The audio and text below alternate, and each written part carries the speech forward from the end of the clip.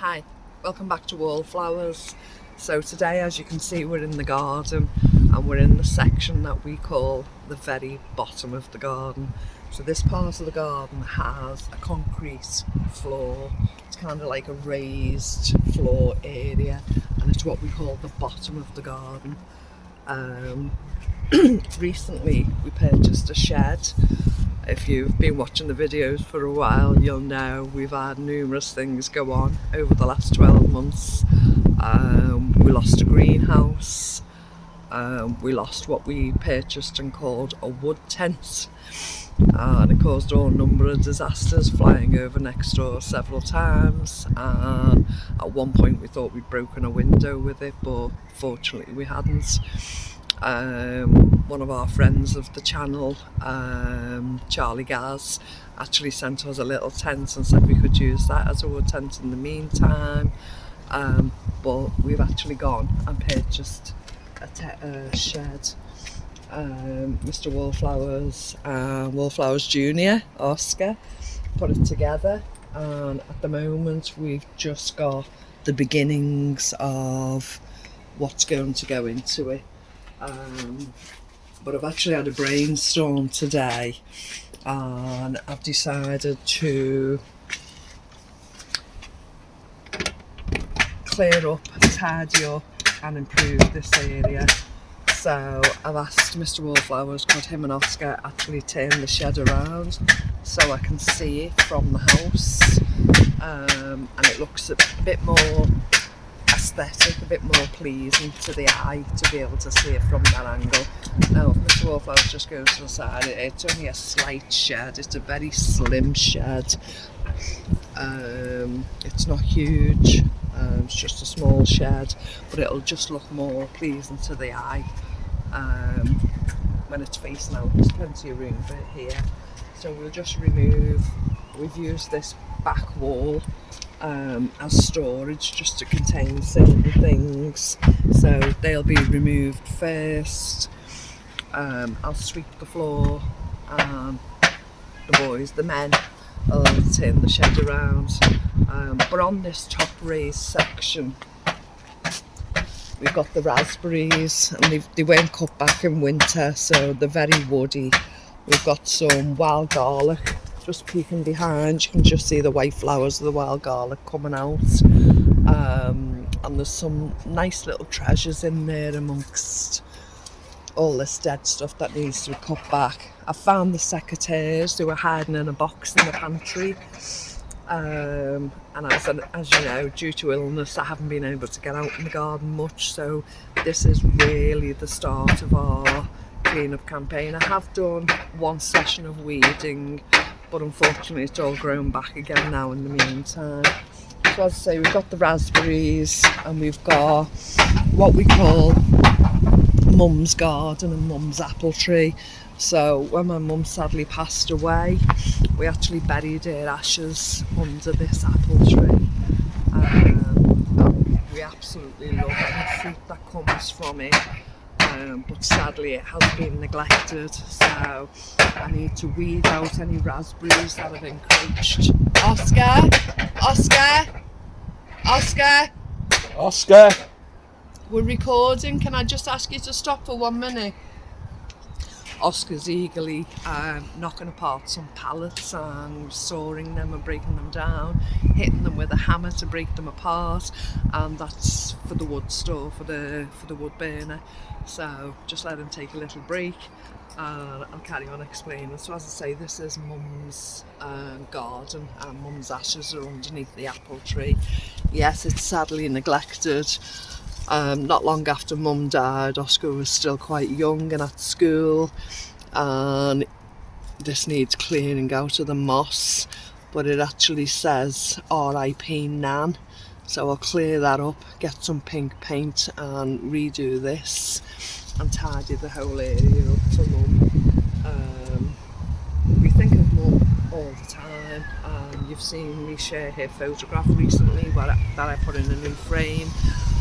But especially if we're sitting out in the sunshine and I see this, I can't help but think of Mum all the time, because we always refer to this as Mum's apple tree.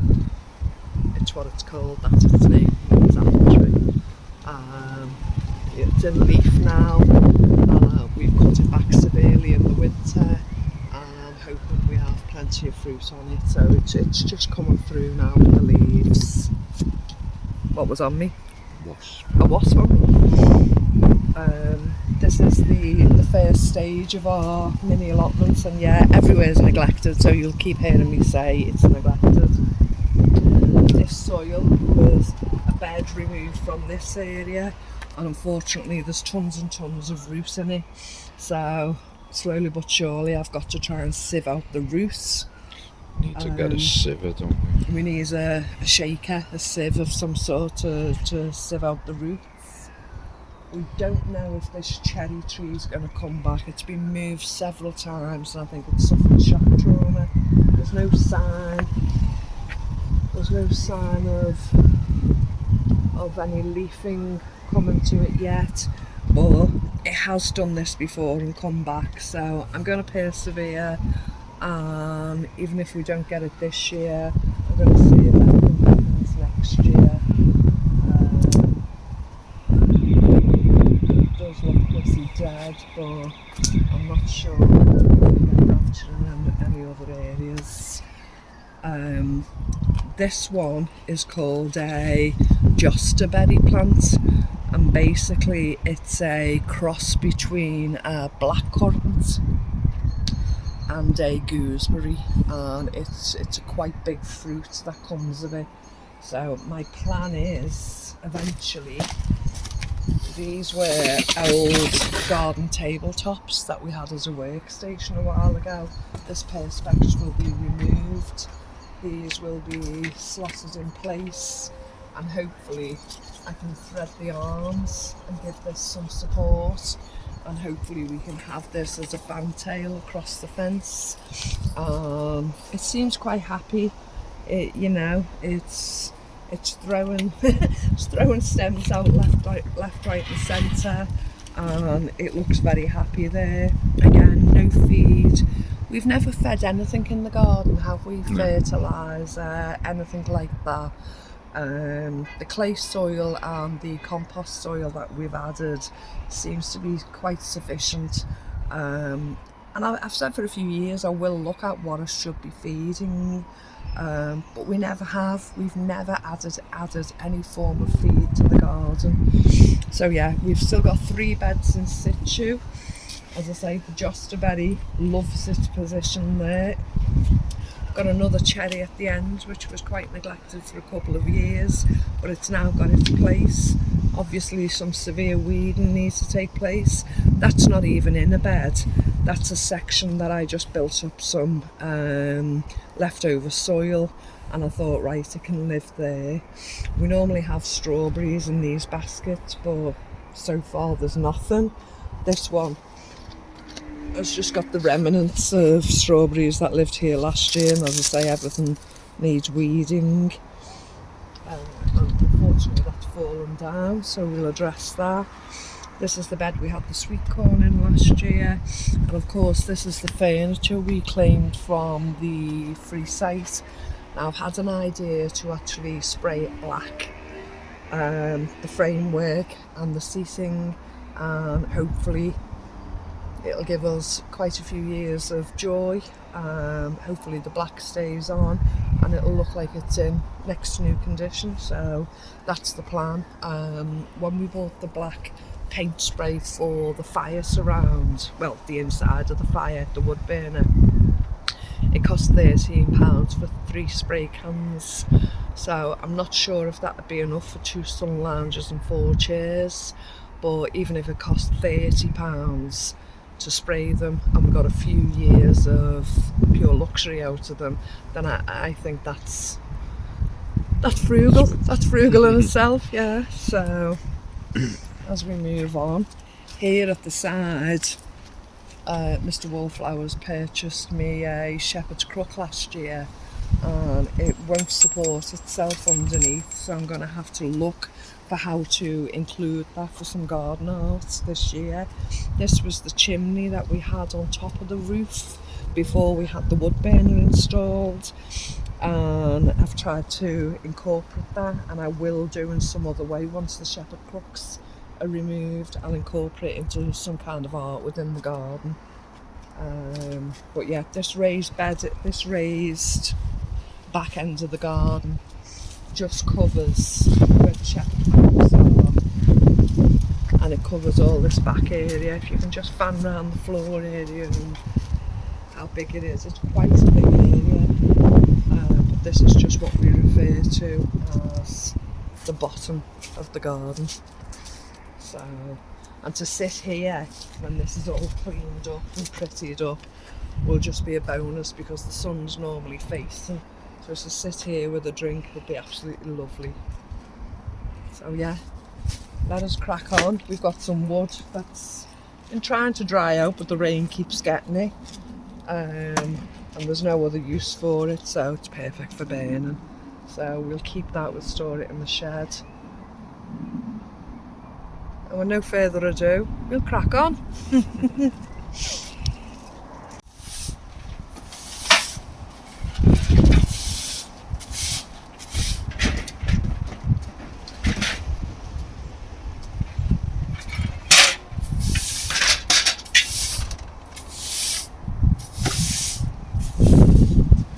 So as I'm sweeping up this soil on the floor, when it's done, I shall pick out any pieces of plastic, any chunks of wood, any weeds, and any soil that I've managed to brush up will be reused one way or another, whether it's in the base of a tub, if it's good enough to go in the beds, whatever. We waste not, want not, we never waste anything. We pick the bones out of it and then we salvage whatever we can.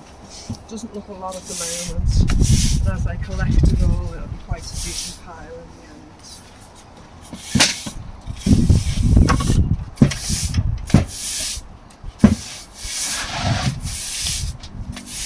Mr. Wallflowers is just emptying the shed, so of course that leaves Oscar on the camera.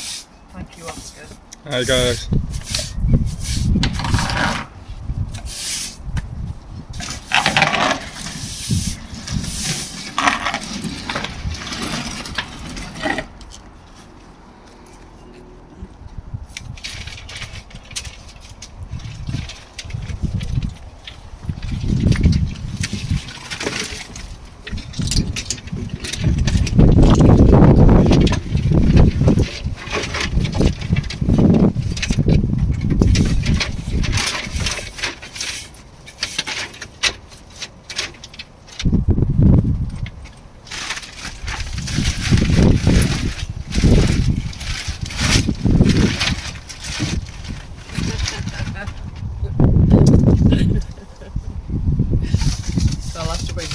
Flowers is finished, so we can fix the broom for me. All it needs is knocking back into place, but of course I'll have to turn it upside down.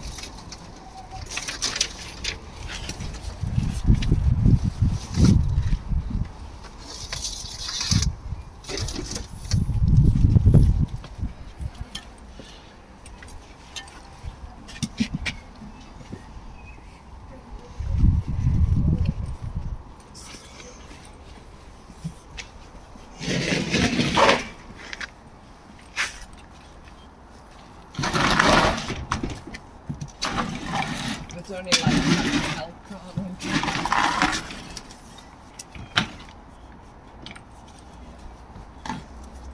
so, yeah. Do you want to just come and stand there and just step backwards? Just step backwards as far as you can.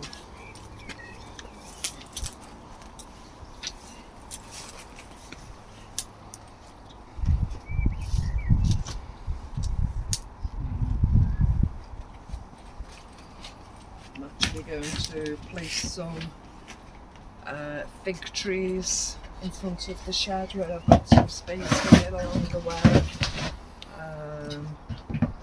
I'm just going to wade through it bit by bit. Okay, that's stage one. Mr. W just sawing down some of the pallet wood so you can store it in the shed, some of the old garden waste.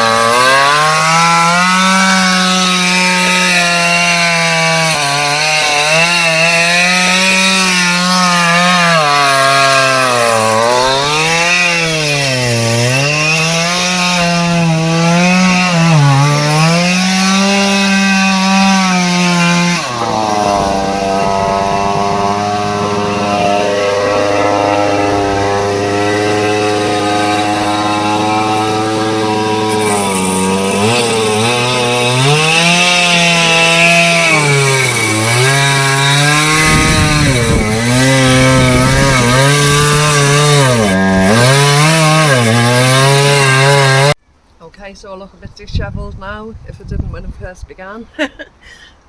We've decided to end the video here. It's 7 o'clock in the evening now. Temperature's dropping quite a bit and the wind's picking up a little. So it mightn't look like we've done an awful lot, but this is a full day's work. Just pop my coffee down. So as I said, we turned the shed round, you saw us do that. I showed you Mr. Wallflower's starting to cut the wood and Oscar was breaking some down. So if you go right above and down, I've done a whole, what do you call it? A whole tray of kindling that I've taken from the top of the raspberry plants and different things. I know they should have been chopped down at the end of the season, but unfortunately it didn't happen, so at least I've got a load of kindling now. It's like foraging in our own garden really.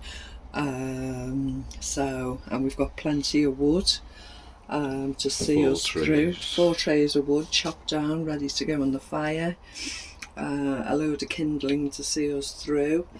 We've got 5 more pallets to work through. Probably more, and there's a lot of wood available in the immediate area. Tree trunks that have been cut down by the council, so we've got access to that, but the only thing is we lost our van this week. Thursday we were on the way to my chiropractor appointment, and just over halfway there the van just died on us. The engine went completely. It would cost over £1,000 to replace the engine, so we're just giving up on it. It's just the age of the vehicle, it's just not worth spending that amount of money on replacing the engine. So Mr. Wallflowers has his work vehicle when he's at work. He doesn't have any vehicle this week because he's actually off for the whole week.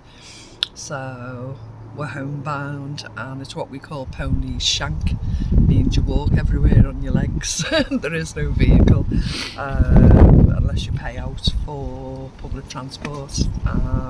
If we want to go to a garden centre or things like that, it means paying taxi prices. So it's something we're going to have to work out and see if we can do. As I say, I've chopped the tops. It's still full of weed, it's not been weeded, but it looks a lot better to me already with just the dead off the top of the raspberry plants.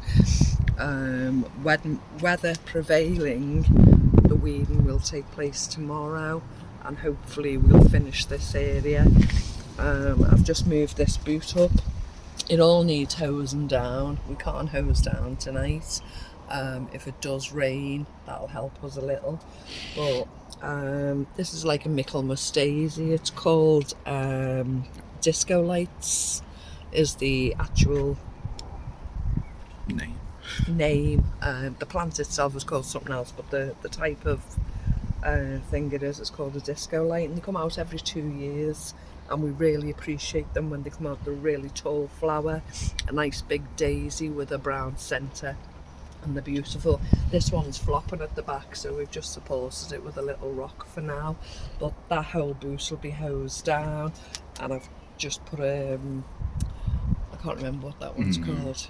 Periwinkle? Yeah. Periwinkle. So yeah, Mr. Wallflowers will just show you the space we've got now. We had a bit of an oil leakage when he filled the chainsaw. We've mopped that up with a piece of cardboard and it's gone in the black bin.